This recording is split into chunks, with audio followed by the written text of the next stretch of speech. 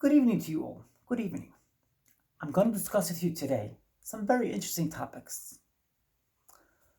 First of all, I'm going to talk about fasting. It's been now a year that I've taken on this custom of fasting 36 hours every single week. Don't worry, it's only water fasting, it's not dry fasting. Now, what's the benefit? Why do I do it? What's the point? And why 36 hours? There's a lot of questions to be asking me. Let's start with why 36 hours? Because the cycle of 36 hours gives you a whole day and a whole night as well. And the benefit of having the night as well is that your body has time to cleanse and get rid of toxins and to get rid of undesired elements within you. And that's how you lose a lot more weight as well, because when you do it that way, your body has a chance to go through an entire cycle. Do I have evidence of this? I'm the proof in the pudding, you could say. I've lost a lot of weight as a result of it. So I'm the proof in the pudding. We just had the Jewish festival of Sukkot, so I probably put on a couple of pounds. Actually, last time I checked, no, it was actually going down. But I'm expecting this week I possibly put on some weight because it's Sukkot and I've been sitting in people's festival huts, the tabernacles, and I've been eating with people. So I possibly put on some weight. I don't know. I'll let you know next week when I check. I always check my weight as well. It's good to monitor your weight. Like that, you know where you're holding. And it's also simple for other areas of life. You know where you're up to in your life when you're constantly taking an inventory. When you're constantly taking an inventory, you know where you're up to. And so you get yourself organized and you work accordingly. I'm going to follow on and talk about the important concept of gratitude. Now, many people think of gratitude as, it's something which we have to do. It's the right thing to do. And good thing to do. Going to take things to a little bit of a deeper level today. Just wait for this one. Now, you might be wondering, what's that? What's that? That's Psalms. And in this Psalms, you see, actually on the cover of the Psalms, you see incorporated the concept of this being a Psalms, a Tehillim, which is all about expressing gratitude to our Creator. Okay, very nice, fair enough. But that's just what we spoke about in the past. Like, we heard from our grandmother, many of us heard from our grandmother tell us, just be grateful, express gratitude, right? That's what grandmothers and mothers do and fathers do, right? They tell us to be grateful and to be appreciative and to really take on board this concept wherever we go, right? And we think it's just something which you need to do in order to be polite. Actually, I've seen this from Ron the Burn. I'm quite a big fan of Ron the Burn. And she says that when you express gratitude to people, to God, to God's universe, you're doing much more than just expressing gratitude. You're actually, and by the way, it's gratitude to yourself as well. Let me be clear. I hope you understand that this is gratitude to yourself as well. You're actually bringing yourself up to a higher plateau.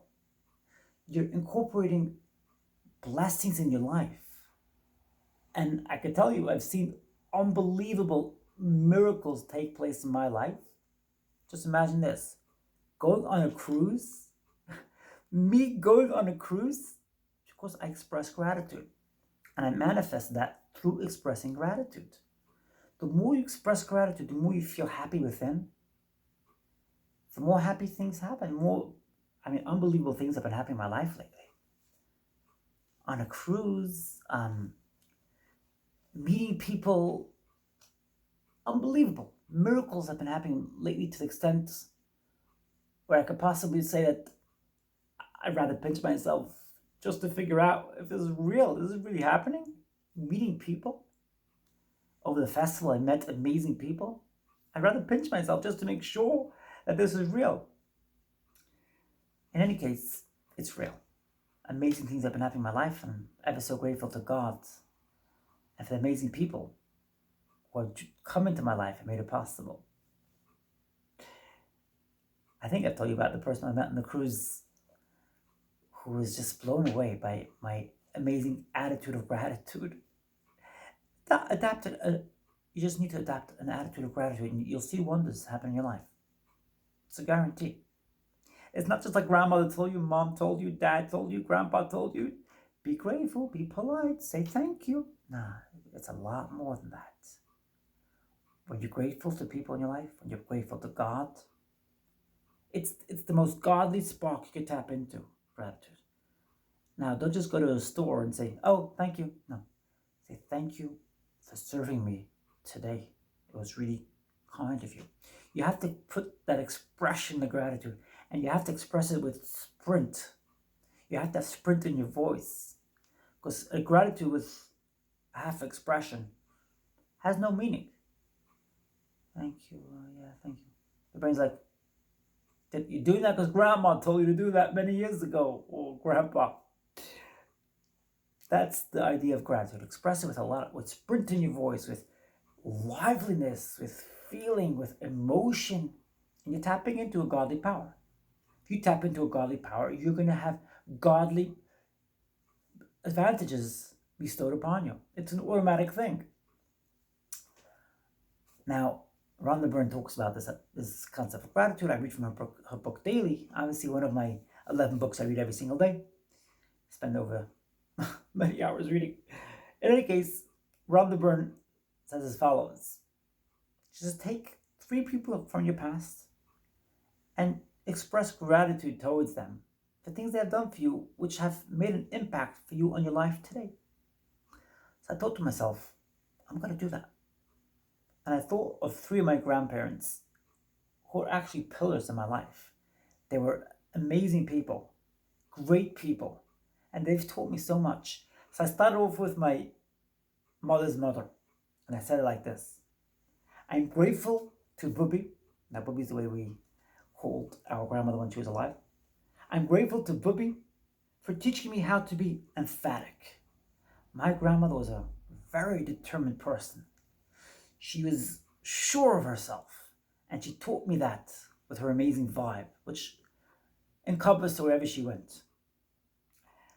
I then went on to express gratitude to my grandfather. I'm grateful to Zadie. Zadie is the way we call our grandfathers in the world I come from. I'm grateful to Zadie for teaching me how to be studious, or how to study with diligence and to be persistent in my studies. I can't even tell you how much this man had instilled within me this concept of being studious, of being continuous in your studies. He used to study with us every Saturday, every Shabbos, as we call it in the circles I come from, which means Saturday. He studied with us every single day as well. He used to come to my house and study with us, and he taught me this concept of being studious, of being diligent, and to be consistent and persistent at your studies. And I'm so grateful for it, because I study a lot every single day. 11 books studying, and I've been doing that for 6 months, and I wrote a book whilst for the majority of the time. All that didn't come from nowhere. It came from the amazing jewels and gems that my amazing grandfather taught me. And I'm going to go on to follow on and express gratitude and convey my appreciation to my father's father, whom we call Zeta. And I said as follows. I'm grateful to Zeta for teaching me how to be a truthful person, unafraid, even if the whole world yells against me. And this is something which he learned from our forefather, Avraham Avinu. Avraham, and I spoke about this in previous videos, was rejected, was abandoned, was scolded, was called horrible names. He was steadfast in his belief in God. He was steadfast in his commitment to his path and his belief in God. And he built up an entire nation as a result of that. many people's follow his faith as a result of that. That's pretty powerful. So my grandfather taught me that too. That's my message today. I hope you got some amazing insights from this amazing video. I'm sure you have. I look forward to your amazing comments, and I'm ever so grateful for the amazing new commenters who have come on board. You touch my heart in many ways. I can't even tell you, because there's so many amazing lessons you've all taught me. Thank you, thank you, thank you. Thank you for Mike for dropping his amazing comments weekly. And thank you to all of you. You are all amazing people. I'm ever so grateful. God bless you. I look forward to seeing you in my next video. And those who haven't subscribed yet, it's never too late. I love you.